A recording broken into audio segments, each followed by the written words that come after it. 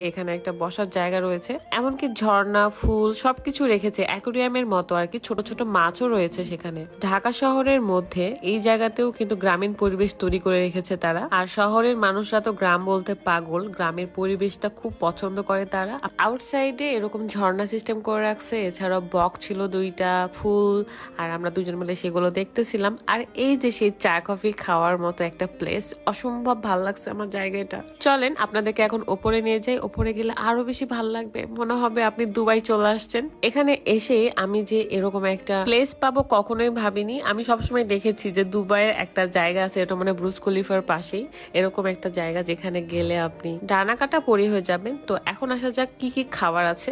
আমি প্রথমে এসেই ওয়াফেলো অর্ডার করেছিলাম। আমি তাদের পেজে অনেক ঘাটাঘাটি করেছিলাম রাজশাহী থাকতে, এবং আমি দেখেছি যে ওয়াফেলোর অনেক বেশি রিভিউ, মানে সবাই এটা অনেক পছন্দ করে, তাই আমিও অর্ডার দিলাম। এন্ড এত মজা গাইস, দেখেন ভেতরে আবার গ্রিন কালারের ক্রিম দেওয়া ছিল নাকি, আমি জানি না কিভাবে এটা মেক করে। খুব ক্ষুধা ছিল পেটে, তার মধ্যে ওয়াফেলো, উফ কি যে মজা। আর একটা নতুন দেখলাম, সেটা হলো ভ্যানিলা আইসক্রিম সহ ওয়াফেলো, মানে এটা টেস্ট আবার